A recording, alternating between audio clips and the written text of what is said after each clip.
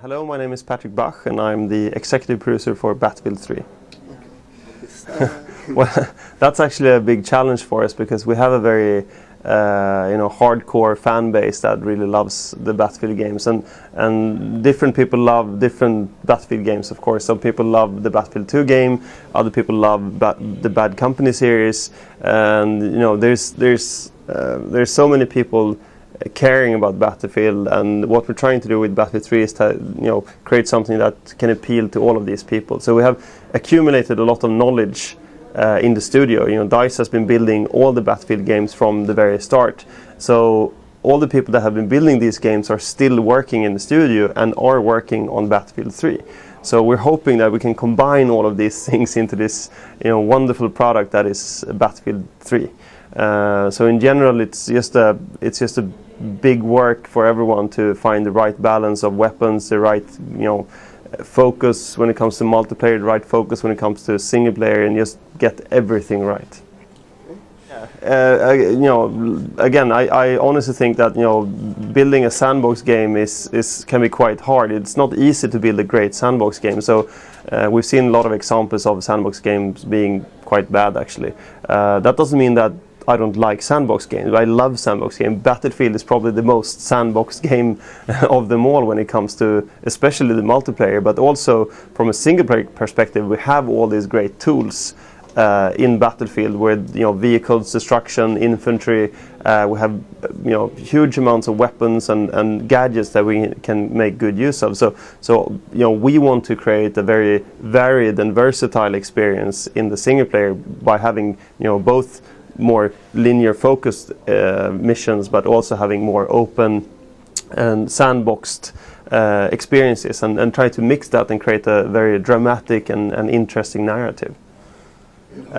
Since we're not really competing with some of these games, I think lately one great sandbox game is actually Red Dead Redemption, which is a great single player sandbox game. But then again, that's one of the few great sandbox games of 2010 in my book. Yeah, I think since it's about war in a war context, it's always sensitive to do the wrong direction. So I come from Sweden. DICE is a Swedish company. We're neutral when it comes to conflicts, most of the time at least. And in general, we are not a studio that like war in itself.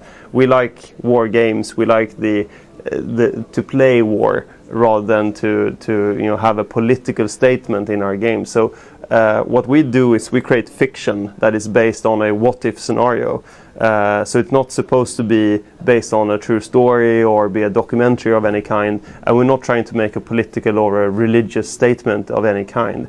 The stories that we're trying to tell in all our games is a very personal story from the individual perspective rather than a kind of a army or politics perspective. So we're trying to focus on the characters and their adventure or their experiences rather than anything else.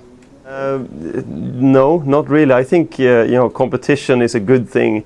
I think it helps everyone to move the industry forward and create better games. So it's good for everyone, especially for the consumer, because all the fighting between the studios actually creates better games. So that's a good thing. I would be worried if there were only one first-person shooter. That wouldn't really push the industry or the genre forward.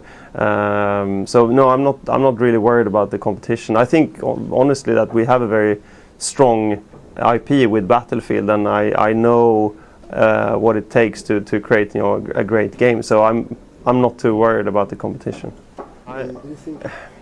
Well, in theory you could probably do it, but then DICE couldn't do all of these games. I think DICE cares so much about Battlefield, and everyone at the studio knows what Battlefield is and know what creates a great Battlefield game. I think in general, if we would try to do a game every year, the quality would go down. I think we need more time than that to create a great Battlefield game. We have been working with the game more than 3 years because we had to create the Frostbite 2 engine to even be able to create the game. So we had to build the technology to even start building the game. So the kind of the bar we're aiming for is quite high, and that's why what you see now from the Frostbite 2 engine looks quite amazing. Well, it's really hard to answer. We built it to kind of last.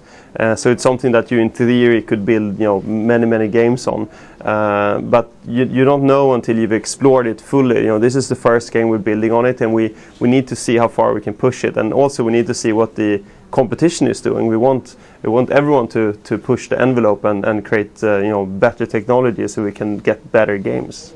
Yes, we will have different layouts on the same map, so you can utilize more or fewer players. Like we did in Battlefield 2. Okay. We're not really talking about individual vehicles right now. The interesting thing is that we're going back with we reintroduced jets, so we have jets in the game, and we are focusing a lot on making sure that the vehicle gameplay is being improved quite a lot from our earlier games, because we are more or less alone on the market to have this depth when it comes to vehicles and infantry on the same map. So we see it as an opportunity to create something that is really great. That's always been the goal for Battlefield, that everyone should be able to get into a vehicle and drive away or fly away. But also the other end of the spectrum, the more you do it, the better you would be. You should be able to become an expert pilot or an expert driver. So there needs to be some depth built into the vehicle systems, and that's something we're working really hard on.